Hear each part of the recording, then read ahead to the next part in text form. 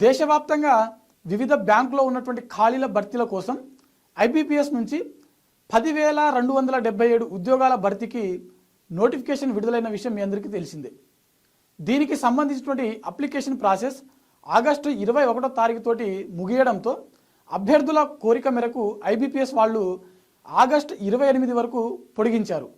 So ఈ నేపథ్యంలో దీనికి సంబంధించినటువంటి సెలక్షన్ ప్రొసీజర్ ఏ విధంగా ఉంటుంది, ఎగ్జామినేషన్ ప్యాటర్న్ ఎలా ఉంటుంది, దీనికి ఎడ్యుకేషన్ క్వాలిఫికేషన్ ఏంటి, ఏజ్ లిమిట్ ఏంటి, దాంతోపాటుగా సిలబస్ ఏంటి అనే దాని గురించి మనం పూర్తిగా తెలుసుకునేటువంటి ప్రయత్నం చేద్దాం. ముందుగా సాక్షి ఎడ్యుకేషన్ని చూస్తున్నటువంటి ప్రతి ఒక్కరు కూడా ఈ ఛానల్ని సబ్స్క్రైబ్ చేసుకోండి. మీకు తెలిసినటువంటి కాంపిటేటివ్ ఫీల్డ్లో ఉన్నటువంటి నిరుద్యోగులు ఎవరైతే ఉన్నారో ప్రతి ఒక్కరికి కూడా ఈ ఛానల్ యొక్క లింక్ని తప్పకుండా షేర్ చేయండి.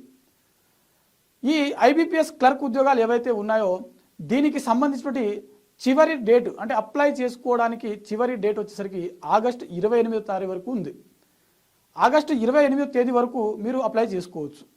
దీనికి ఎడ్యుకేషన్ క్వాలిఫికేషన్ చూసినట్లయితే ఎనీ డిగ్రీ, మీరు బీఎస్సీ డిగ్రీ చేసినా, ఇంజనీరింగ్ డిగ్రీ చేసినా, మెడికల్ డిగ్రీ చేసినా, ఆఖరికి మీరు అగ్రికల్చర్ డిగ్రీ చేసుకున్నప్పటికీ ఈ ఎగ్జామ్స్ని మీరు రాయొచ్చు.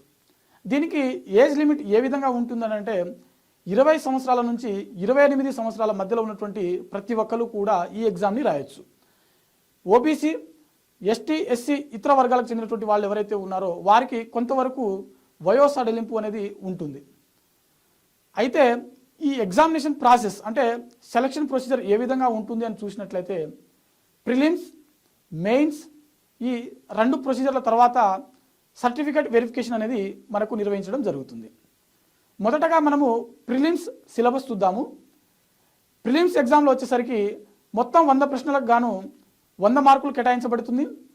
ఈ 100 ప్రశ్నలు కూడా కేవలం 3 సబ్జెక్టుల నుంచి మాత్రమే అడగడం జరుగుతుంది.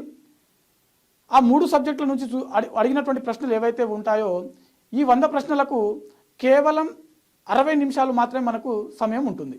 అంటే అభ్యర్థి చాలా తక్కువ సమయంలో ఎక్కువ ప్రశ్నలకు సమాధానం ఇవ్వాల్సి ఉంటుంది.